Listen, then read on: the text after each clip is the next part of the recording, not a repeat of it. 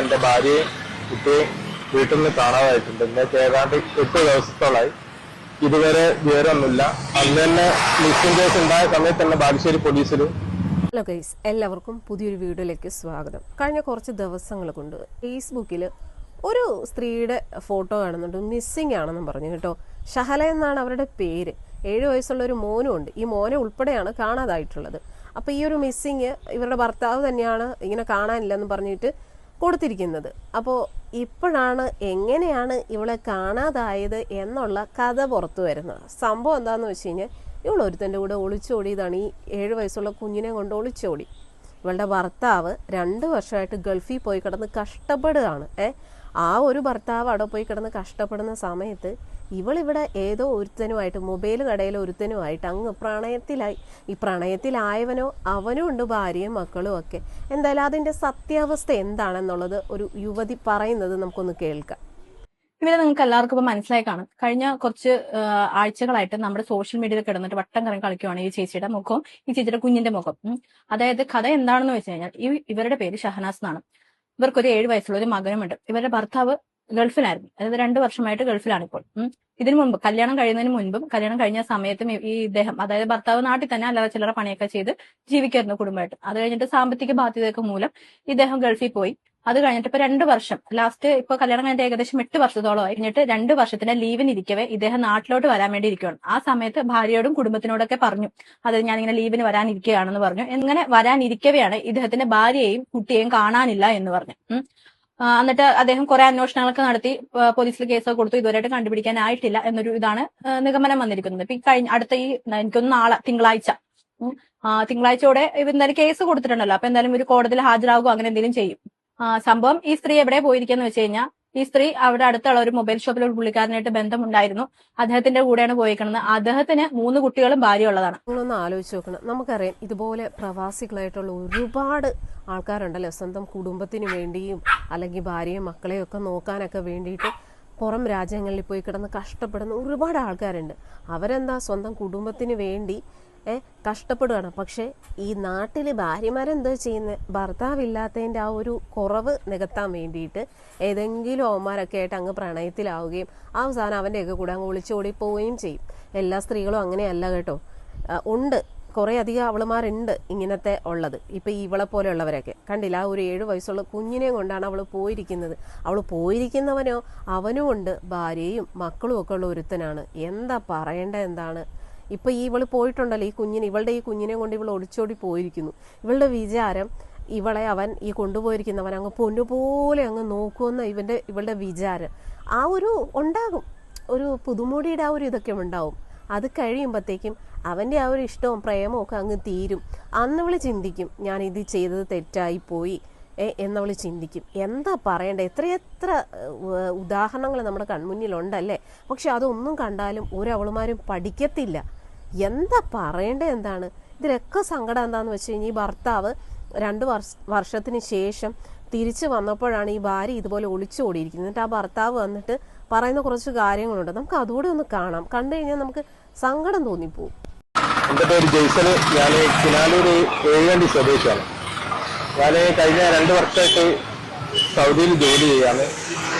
ഈ കഴിഞ്ഞ 16-ാം തീയതി കാലത്ത് 11 മണിക്ക് മുതൽ എൻ്റെ ഭാര്യയും കുട്ടിയും വീട്ടിൽ നിന്ന് കാണാതായിട്ടുണ്ട്. ഇന്നേക്ക് ഏതാണ്ട് 8 ദിവസത്തോളായി. ഇതുവരെ വിവരമൊന്നുമില്ല. അന്ന് തന്നെ മിസ്സിംഗ് കേസ് ഉണ്ടായ സമയത്ത് തന്നെ ബാലുശ്ശേരി പോലീസിലും അതുപോലെ തന്നെ വടകര DYSPന്റെ നേതൃത്വത്തിലൊക്കെ പരാതി കൊടുത്തിട്ടുണ്ട്. ഇതുവരെ വിവരമൊന്നുമില്ല. എത്രയും പെട്ടെന്ന് എൻ്റെ മകനെ കണ്ടുപിടിക്കാനുള്ള ഒരു ഉദ്ദേശമാണ് എനിക്കിപ്പോൾ ഉള്ളത്. അതിന് പോലീസ് വേണ്ട രീതിയിൽ എന്നെ സഹായിക്കാനുള്ള വിശ്വാസം എനിക്കുണ്ട്. അതിൻ്റെ വേണ്ട കാര്യങ്ങൾ എത്രയും പെട്ടെന്ന് ചെയ്തിട്ട് എൻ്റെ മകൻ എവിടാന്നുള്ളത്, ഭാര്യ എവിടാന്നുള്ളത് കണ്ടുപിടിക്കാന്നുള്ളതാണ് എൻ്റെ ഇപ്പോഴത്തെ ആവശ്യം. അതിന് വേണ്ടിയിട്ടാണ് ഞങ്ങൾ ഇതിനെ ഇറങ്ങി തിരിച്ചിരിക്കുന്നത്. കഴിഞ്ഞ 4 വർഷമായിട്ട് ഞാൻ പ്രവാസിയാണ്. അതിൻ്റെ മുന്നേ വിവാഹം കഴിഞ്ഞ് ഏകദേശം 8 വർഷത്തോളം ഞാളങ്ങ് ഒരുമിച്ച് ഇവിടെ താമസിച്ചതാണ്. അടുത്തന്നായിരുന്നു. പിന്നെ കുറച്ച് സാമ്പത്തികവും വീടിന്റെ പ്രശ്നങ്ങളൊക്കെ വന്നിട്ടാണ് രണ്ടാമത് ഞാൻ വിദേശത്തേക്ക് പോയത്. ഇപ്പൊ ഏകദേശം 2 വർഷമായിട്ട് ഞാൻ സൗദിയിൽ ജോലി ചെയ്യാണ്. ഈ മാസം 21-ാം തീയതി നാട്ടിൽ വരാനൊക്കെ ടിക്കറ്റും കാര്യമൊക്കെ എടുത്ത് നിൽക്കുമ്പോഴാണ് ഇങ്ങനെ ഒരു മിസ്സിംഗ് കേസ് വന്നത്. എനിക്കിപ്പം തന്നെ കാര്യമായിട്ട് എൻ്റെ മകനെ തിരിച്ചു കിട്ടുക എന്നുള്ളതാണ്. അതിന് വേണ്ടിയിട്ടാണ് ഞാനിപ്പോ പരമാവധി ശ്രമിക്കുന്നത്. പക്ഷെ എന്താണ് ഇതിന്റെ പുറകിൽ നടന്നത്, എന്തെങ്കിലും ദുരൂഹത ഉണ്ടോ അതൊന്നും എനിക്കറിയില്ല.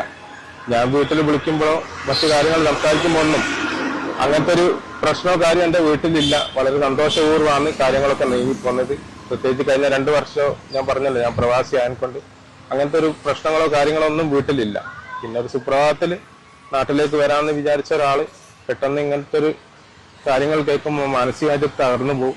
അങ്ങനത്തെ ഒരു അവസ്ഥയിലാണ് ഞാനുള്ളത്. അതുകൊണ്ട് എത്രയും പെട്ടെന്ന് അവർക്ക് എന്താണ് സംഭവിച്ചത്, എന്റെ മകനെ തിരിച്ചു കിട്ടാന്നുള്ളൊരു നടപടി എല്ലാ ഡിപ്പാർട്ട്മെന്റിന്റെ ഭാഗത്തു നിന്നൊക്കെ ഉണ്ടാവണം. അതിനൊരു പരിസമാപ്തിയിൽ എത്തണം എന്നൊക്കെയാണ് എന്റെ ആഗ്രഹം. കേട്ടല്ലോ, അവളെയൊക്കെ എന്താ ചെയ്യേണ്ട? ആ ഭർത്താവിന്റെ അവസ്ഥ ഒന്ന് ആലോചിച്ച് നോക്കിയല്ലേ. കുടുംബത്തിന് വേണ്ടിയിട്ടാണ് 2 വർഷമായിട്ട് പോയി കഷ്ടപ്പെടുന്നത്. ഭർത്താവ് വിശ്വസിക്കുന്ന എന്താ, ഭാര്യ എന്താ കുഞ്ഞുമായിട്ട് സേഫ് ആണ് അല്ലെ, നാട്ടിലേക്ക് വരികയാണ്. അതിന്റെ ആ ഒരു സന്തോഷത്തിലൊക്കെ ഭർത്താവ് വരുമ്പോ ഭാര്യയെ കാണാനില്ല. ഇപ്പൊ എന്തായാലും ആ ഒരു കുഞ്ഞിനെങ്കിലും അയക്ക് തിരിച്ചു കൊടുക്കുക. കാരണം എന്താന്ന് വെച്ച് കഴിഞ്ഞാൽ അവൾ അവളുടെ ഇഷ്ടത്തിന് ഒരുത്തന്റെ കൂടെ പോയിരിക്കുക. അവള് പോട്ടെ, ആ കുഞ്ഞിനെ അതിന്റെ വാപ്പാടയിൽ ഏൽപ്പിക്കുക. ആ കുഞ്ഞിനൊരു നല്ല ഭാവിയുള്ളൂ. ഒരു ആൺകുഞ്ഞാണ്, 7 വയസ്സുള്ള ഒരു കുഞ്ഞാണ്. അതിന് എന്തിനാണ് ഇവള് പോയ കൂടെ കൊണ്ടുപോയിരിക്കുന്നത്? ആ കുഞ്ഞിന്റെ ജീവിതം തൊലയ്ക്കാൻ വേണ്ടിയിട്ടോ? ഇങ്ങനെയുള്ള അവളുമാരെയൊക്കെ എന്താ ചെയ്യേണ്ടത്? എന്താണ് കുറെ തൊലിവെളുപ്പും ഒക്കെ ഉള്ളപ്പോഴത്തേക്കും ഇവളുടെയൊക്കെ വിചാരം ഒന്നും പറയാനില്ല. ഇതുപോലുള്ള കുറെ അവളുമാരുണ്ട്. എല്ലാ സ്ത്രീകളും അങ്ങനെയല്ല കേട്ടോ. ഭർത്താക്കന്മാര് പ്രവാസികളായിട്ടുള്ള ഒരുപാട് സ്ത്രീകളുണ്ട്. എല്ലാ സ്ത്രീകളും ഒന്നും ഇങ്ങനെയല്ല.